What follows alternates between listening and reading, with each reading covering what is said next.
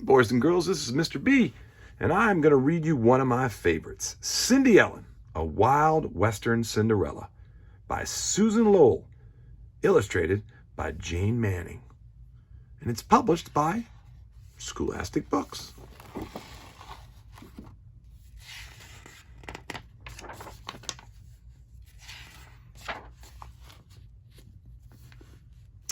Once there was a rancher who married for his second wife the orneriest woman west of the Mississippi. She was meaner than a rattlesnake, and she had 2 daughters who were the spitting image of her. The rancher also had a daughter who was just as sweet and gentle as she could be. Her name was Cindy Ellen.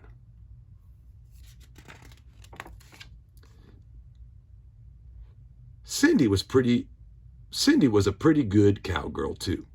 Riding her little gray horse, she wrangled and roped and galloped and loped with the best buckaroos on the range.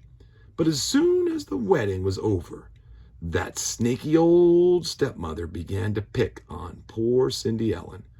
She was so good, she made her stepsisters look bad. So her stepmother made her do all the dirty work around the ranch.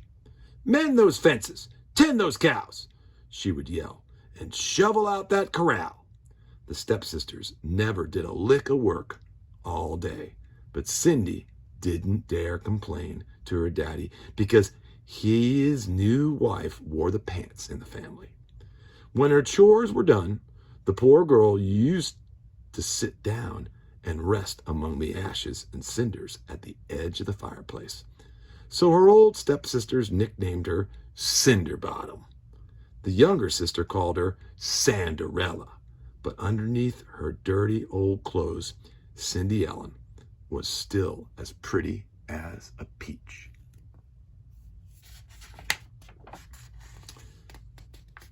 Then one day, the biggest cattle rancher for miles around invited all his neighbors to a 2-day celebration. First, a wild and woolly rodeo, and then a square dance, a real Western fandango. Cindy's stepsisters puffed up like 2 turkey gobblers. Even though they couldn't ride, they decided to gussy themselves up, fit to kill, and entered the rodeo. Nice, patient Cindy Ellen ironed their frilly shirts and frizzled their hair for them. "Don't you wish you could go too, Cinderbottom?" sneered the old sister. "Aw, you're just poking fun at me," said Cindy sadly. "You're right," laughed the younger sister. "Nobody could tell you from a cloud of dust, Cinderella."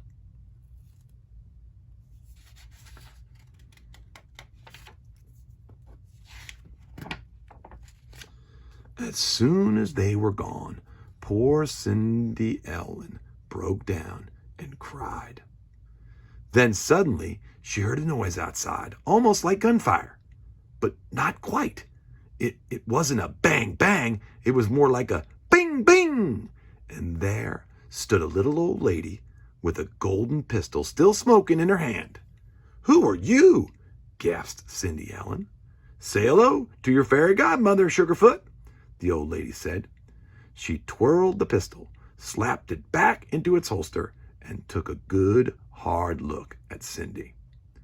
"What's the matter with you, honey? You're as down and dirty as a flop-eared hound dog. Stand up straight. Dust yourself off." "Well, I want to go to the rodeo," sobbed Cindy Ellen. "Can you help?" "Maybe see, maybe no," said her fairy godmother. "Magic is plumb worthless without gumption. What you need first, gal, is some gravel in your gizzard. Grits, guts. Stop that tomfoolin' blubbering, and let's get busy. Time's a-wastin'." She reached for her golden 6-gun, and Cindy yelled, "Don't shoot!" But her godmother had already fired, straight up in the air.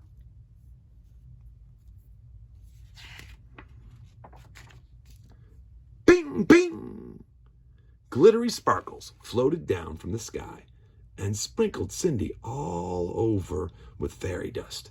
Instantly, Her heart was filled with strength and happiness, and her rags turned into the finest riding clothes west of the east. A creamy white Stetson hat crowned her shining hair, golden buckskin chaps encircled her legs, and a pretty little pair of cowboy boots hugged her feet like gloves. Buckled to the heel of each boot was a spur that shot out rays of fiery light. Those spurs were set with diamonds as big as sugar lumps. "Now," said her fairy godmother briskly, "where's that horse of yours?" She fired her magic pistol into the air, and zing! And Cindy's little gray horse became a little silver horse with a softly sparkling coat. His hoofs glittered as he pawed the ground. "Hit the trail, honey," the old lady said. "Remember, there ain't no horses that can't be rode, and there ain't no man that can't be thrown. And one more thing, get home by midnight, gal, or you'll be sorry."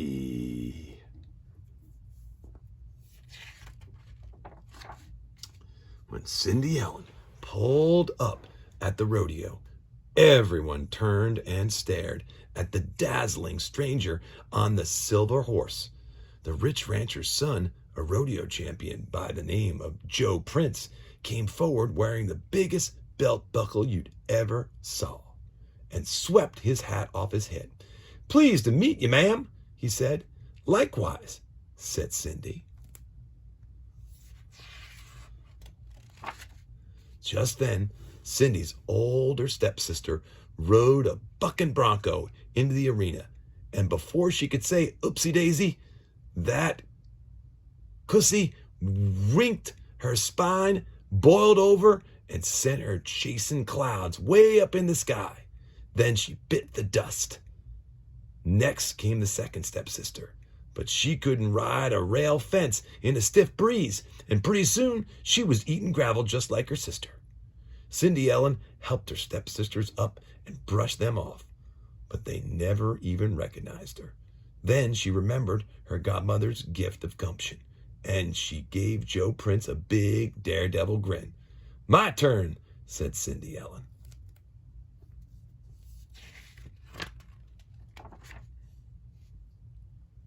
Cindy Ellen climbed aboard a salty bronc with a belly full of bed springs, a real rip snorter.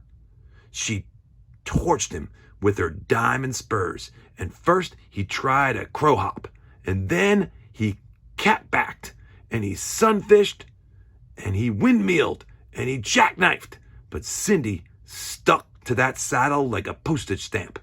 "Ride him, cowboy," cried the crowd, and Cindy Ellen was the winner with every curl in place. Next, with a figure 8, a butterfly, and a wedding ring, she won the trick roping event. And then she and her little horse really burned the breeze. They kicked the jackrabbits right off the trail. They left their shadows 20 miles behind, and they won the horse race. They even beat Joe Prince, but Joe didn't seem to care. He rode her on Cindy's right up to her 11:15 at night, when she suddenly recalled her godmother's warning and went galloping home.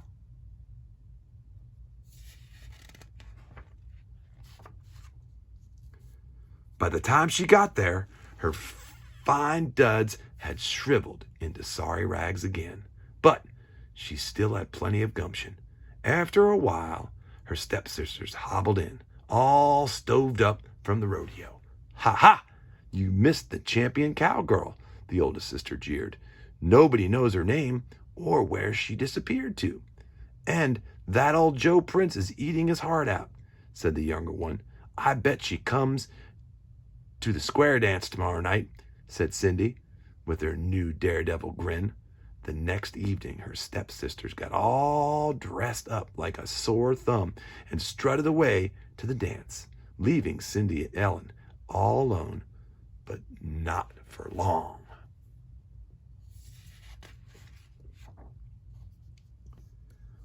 "What's that?" she said, peeking out the window.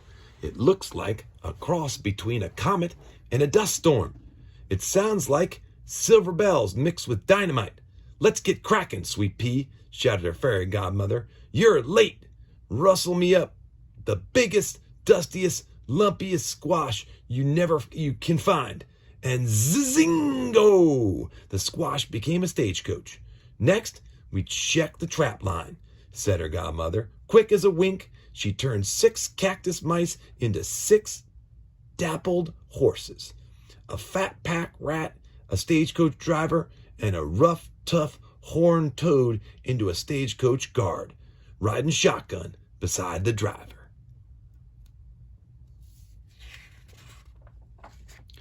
But what about my ugly old clothes? Asked Cindy.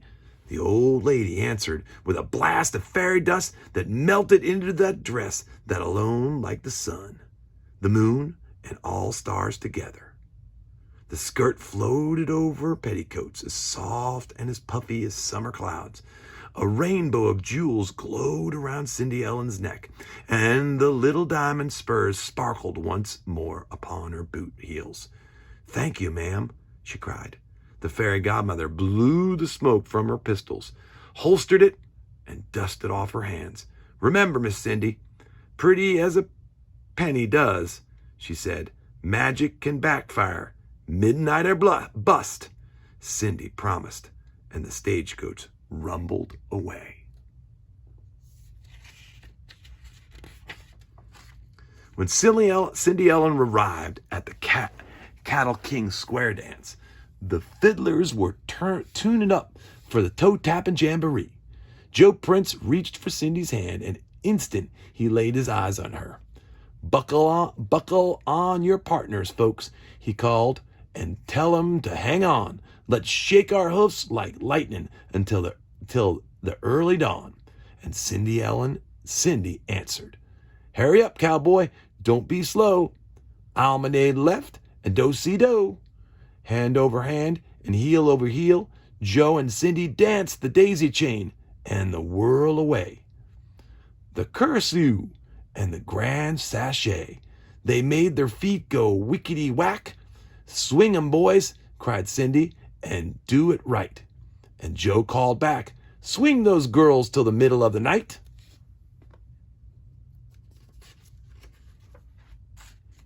Twirling, swirling, Cindy Ellen lost track of time until all at once she heard the clock begin to strike 12. She hightailed it out of her there, lickety-split. Whoa, yelled Joe, hot on her heels, but he couldn't catch her. One of the diamond spurs fell off Cindy's boot as she ran through, and Joe picked it up carefully out of the dust.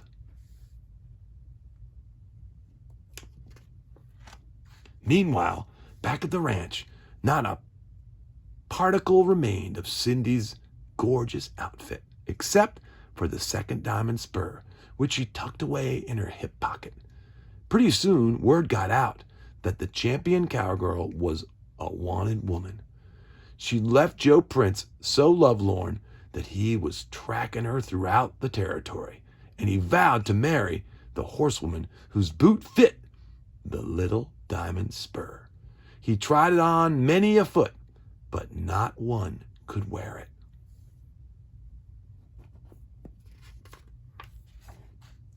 At last, he came riding up to Cindy's father's place.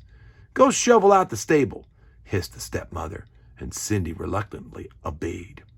First, Joe tried the diamond spur on the younger stepsister, but no matter how he stretched the strap, her hoof was too big.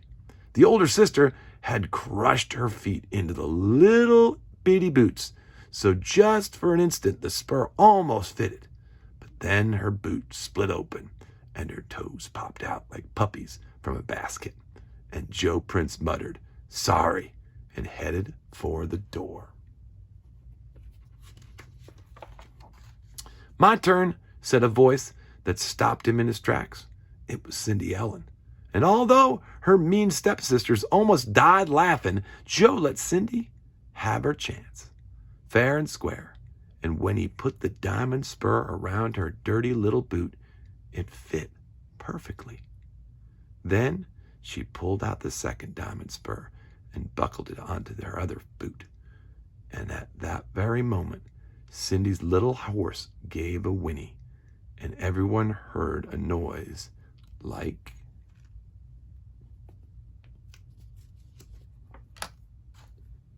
"Wingo, wango, zing, kazing! Let her rip!" shouted Cindy Ellen's fairy godmother, brandishing her golden pistols. "Hold your fire!" yelled Joe Prince. But glistening sparks of fairy dust were already sprinkling down everywhere. They turned Cindy Ellen's clothes from cotton to satin, and they put quite a twinkle in Joe's eyes. And Cindy's horse began to sparkle. "Yee-haw!" yelled the fairy godmother. So Cindy Ellen and Joe Prince got hitched and lived happily ever after in a ranch house full of love and rodeo trophies. Cindy's family moved to town, where both stepsisters married city slickers, and Cindy's little horse kept his sparkling coat and his glittering hoofs to the end of his day.